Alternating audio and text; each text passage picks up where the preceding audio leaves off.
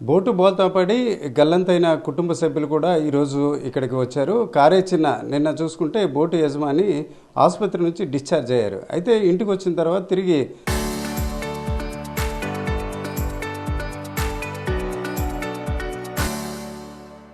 అస్వస్థతకు గురవడంతో వారి భార్య అట్లాగే పిల్లలు కూడా వారి కుటుంబ సభ్యులు కూడా తిరిగి ఆసుపత్రిలో చేర్పించారు. నిజానికి చూసుకుంటే ఆయన ఆరోగ్య పరిస్థితి రీత్యా మనం మాట్లాడించే ప్రయత్నం చేయట్లేదు. ఎదురుగా చూడొచ్చు ఆ భార్య మసేనమ్మ గారు ఉన్నారు. అట్లాగే ఆ బోటు ప్రమాదంలో గల్లంతైన కుటుంబ సభ్యులు కూడా ఉన్నారు. ఒక రకంగా వీరంతా కూడా అత్యంత బాధాకరంగా విషాదంగా నిజానికి వారి కుటుంబ సభ్యులు ఎక్కడున్నారో కూడా తెలియని పరిస్థితి నేపథ్యాన వారు చాలా బాధతో ఉన్న పరిస్థితి. ఈ దశలో వీరందరూ కూడా సహాయం చేసిన బోటు అసోసియేషన్కి సంబంధించిన ప్రతినిధి జానకిరామ్ గారు ఉన్నారు. జానకిరామ్ గారు అంటే నిజానికి వాళ్ళతో మాట్లాడించకపోవడం ఏంటంటే చాలా బాధలో ఉన్నారు. ఇట్లాంటప్పుడు వారి తరపున మీరు ఏమంటారు? ఇప్పుడున్న సిచ్యువేషన్ ఎట్లా అనిపిస్తుంది? ఈ రోజు వరకు కూడా ఈ ఎవరైతే 6 మత్స్యకారులు గల్లంతయ్యారో కనీసం ప్రభుత్వం స్పందించి సకాలంలో స్పందించినా కనీసం ఇప్పుడైనా సరే గాలింపు చర్యలు చేపడితే ఎక్కడో దగ్గర వాళ్ళు మృతదేహాలు బాడీలైనా దొరికితే కనీసం కడచారి చూపైనా చూసుకోవచ్చు. వాళ్ళు తనితెర ఏడ్చి ఏదో మా సాంప్రదాయం ప్రకారం కర్మకాండలన్నీ చేసుకునే అదృష్టం కూడా లేకుండా పోయిందని చెప్పి కుటుంబాలన్నీ బాధపడుతున్నాయి. అంటే ఇంకా చనిపోయిన వాళ్ళు బ్రతుకున్నారా లేదా తెలియదు. కనీసం ఎటువంటి సమాచారం కూడా అవ్వలేదు. వద్దు మాకు న్యాయం చేయండి అనే వాళ్ళకి మొహం మీద 10 లక్షల రూపాయలు మొహం మీద కొట్టేసి ఆ చెక్కులు ఎవరి మట్టిగా వెళ్ళిపోయారు. ఇది ఎక్కడ ధర్మమో అర్థం కాలేదు.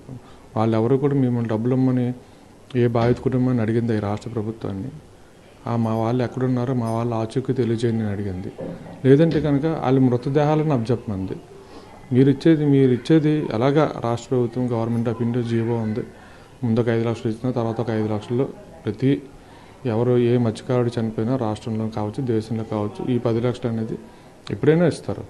దానికోసం ఇక్కడ ఇప్పుడు ఏంటంటే చాలా సోషల్ మీడియాలో కూడా ప్రభుత్వం న్యాయం చేసింది కదా, ప్రభుత్వం ఎక్కడ న్యాయం చేసిందని చెప్పేసి నేను ఈ ప్రభుత్వాన్ని కూడా ప్రశ్నిస్తున్నాను. అంటే 10 లక్షల రూపాయలు ఒక్కొక్క మత్స్యకారు జీవితానికి వెలకట్టారా మీరేమైనా?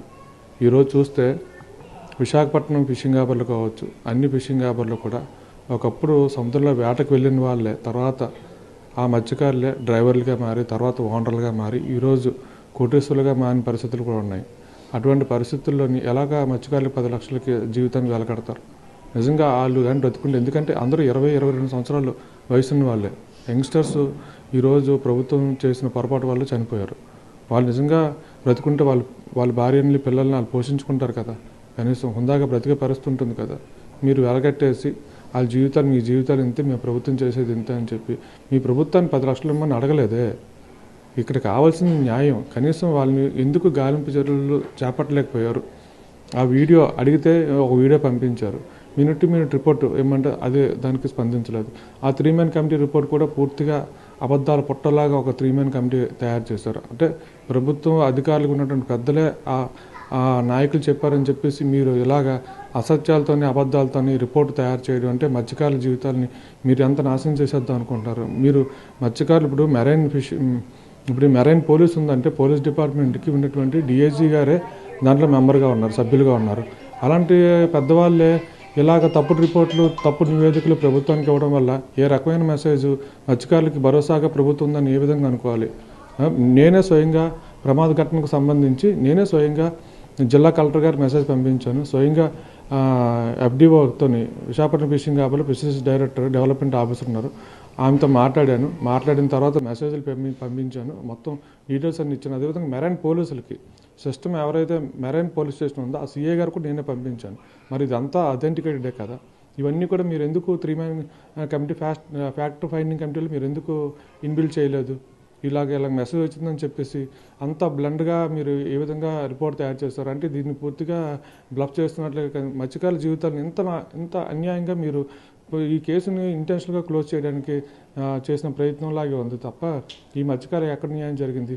ఒక పక్క చూస్తే చిన్న అప్పులు చూడండి. అంటే మీరు ఒక రకంగా గవర్నమెంట్ ఫెయిల్యూర్ ఇట్లాంటి అంశాలు మాట్లాడుతున్నారు. ఇక ఎంతో కొంత అంటే 10 లక్షలు అనేది చాలా నామినల్ అమౌంట్. బట్ బోటు యజమాని వారు మాటల్లో చూస్తే 2 ఇళ్ళు తాకట్టు పెట్టారు, చివరికి పుస్తుల తాడు కూడా తాకట్టు పెట్టారు. వారికి సంబంధించి ఫైనాన్షియల్గా ఎట్లాంటి సాయం ఆశిస్తున్నారు?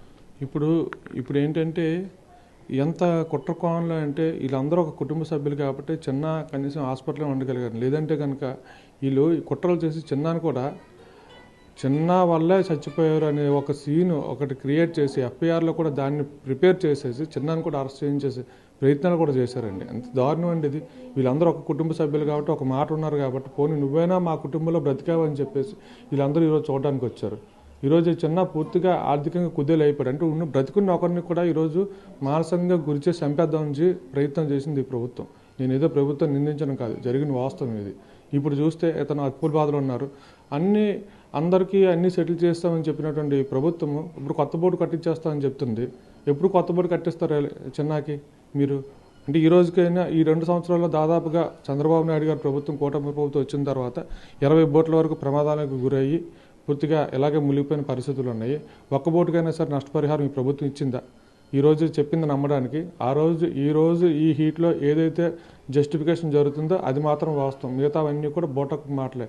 అంటే చిన్న అన్నీ మభ్యపెట్టి మోసం చేయడానికి ఈ ప్రభుత్వం ప్రయత్నం చేస్తుంది. ఆ గతంలో ఏదైతే జీవో ఉందో డిజాస్టర్ మేనేజ్మెంట్ జీవో 6 లక్షల రూపాయలు ఇచ్చి చేతులు దులుపుకునే ప్రయత్నం కూడా చేస్తుంది. మరి దీన్ని పరిశీలిస్తే మీరు గతంలో 2023లోని విశాఖపట్నం ఫిషింగ్ యాప్లో జరిగిన అగ్ని ప్రమాదం నేను అసోసియేషన్ ప్రెసిడెంట్గా నేను ఆ రోజు జగన్మోహన్ రెడ్డి గారితో మాట్లాడడం, ఈ సమస్యను వివరించడం, మత్స్యకారులు ఇంత నష్టపోయారన్నా, మీరు న్యాయం చేయకపోతే ఎవరు కూడా అదే అగ్నిలో దూకి చచ్చిపోతారన్నా, మీరు కాపాడాలంటే ఆయన బోటు విలువను అంచనా కట్టి దాంట్లో 80% ఇచ్చినటువంటి చరిత్ర కూడా ఉంది కదా. ఇదే ఫిషింగ్ యాప్లో జరిగింది కదా. మరి అదే ఎక్స్గ్రేషియాని చిన్న కూడా ఇవ్వాలని మేము డిమాండ్ చేస్తున్నాము. ఇది మాదేనే కాదు, మొత్తం అందరు బోటు వాళ్ళకి కూడా ఐక్యమవుతారు. అవసరమైతే కనుక ఫిషింగ్ బ్యాన్ కూడా విధిస్తాం. చిన్నకి జరిగిన అన్యాయం రేపు పొద్దున్న ఇంకొక బోటు వాళ్ళకి కూడా జరుగుతుంది. ఈరోజు ఈ విషయాన్ని ఇక్కడ వదిలేస్తే కనుక మత్స్యకారులకి అంటే వాళ్ళకి ఎలాగే వెలకట్టేసి చేతులు దులిపేసుకున్నారు. దీన్ని మాత్రం పూర్తిగా రాష్ట్ర ప్రభుత్వం విస్మరించింది. దీనిపైన కూడా కార్యాచరణ సిద్ధం చేస్తాము. ఖచ్చితంగా ఈ ప్రభుత్వం చిన్నకు న్యాయం చేసే వరకు కూడా మేమైతే మా ప్రయత్నాలు మేము కొనసాగిస్తూనే ఉంటాం. ఇది ఈరోజు చూసుకుంటే నిన్న ఆసుపత్రి నుంచి డిశ్చార్జ్ అయ్యారు.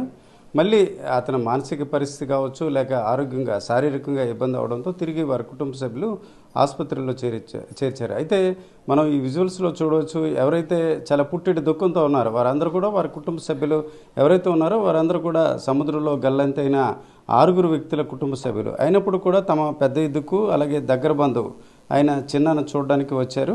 ఈ దశలో ప్రభుత్వం ఏదైతే బోటు యజమాని బోటు కోల్పోయారు, ఖచ్చితంగా త్వరితగతిన అది కూడా ఒక టైం బాండ్గా కొత్త బోటు ఆయనకి ఇచ్చినట్లయితే తిరిగి జీవించే పరిస్థితి ఉంటుంది. ఆ క్రమంలో తిరిగి కొత్త బోటుతో పాటు కొంత ఆర్థిక సాయం చేసేంతవరకు కూడా అందరు బోటు యజమానులు పోరాటం చేస్తాం. ఆ పరిస్థితి రాకుండానే ప్రభుత్వం త్వరితగతిన ఆదుకోవాలని కూడా జానకిరామ్తో పాటు ఇతరులు కోరుతున్నారు. కెమెరా పర్సన్ తిరుపతితో రామచంద్ర, RTV, విశాఖపట్నం.